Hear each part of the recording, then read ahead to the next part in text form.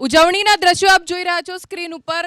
કાર્યકર્તાઓમાં ઉત્સાહ છે અને સ્વાભાવિક રીતે 27 વર્ષ પછી રાજધાની દિલ્હીમાં ભારતીય જનતા પાર્ટીની સરકાર બનવાની છે, એટલે સ્વાભાવિક છે કે કાર્યકર્તાઓમાં ઉત્સાહનો માહોલ, ઢોલ નગારા વગાડવામાં આવી રહ્યા છે। અને આજે સાંજે તો યજ્ઞેશભાઈ, ઉજવણીમાં ફટાકડા મોઢા મીઠા કરવામાં અમદાવાદમાં, ગુજરાતમાં ક્યારે ઉજવણી શરૂ થવાની છે દિલ્હીની?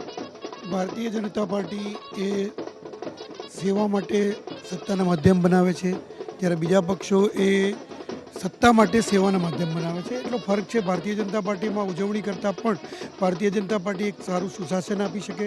નરેન્દ્રભાઈના નેતૃત્વની અંદર જે પ્રમાણે આખા દેશની અંદર 11 વર્ષથી ભારતીય જનતા પાર્ટી સુશાસન આપી રહી છે, અને એ જ પ્રમાણે દિલ્હીની જનતાને પણ જે આ જૂઠા વાયદાઓ હતા કે કઈ વસ્તુ મફત આપવી, પણ મફત આપવાની સામે તમે જુઓ તો શિક્ષણ આપવાની વાત કરીએ તો શિક્ષણની અંદર સંસ્થાઓને મલ્ટીનેશનલ કંપનીઓને આપી દીધી કોઈ પણ પાછલા બારણે, અને એ જ શિક્ષણ સંસ્થાઓની બહાર બબે દારૂની દુકાનો મૂકી દીધી। એટલે જનતાને એક વાયદો આપી અને બાકીના 2 વાયદામાં જનતાને નુકસાન પહોંચાડવાની વાત કરી।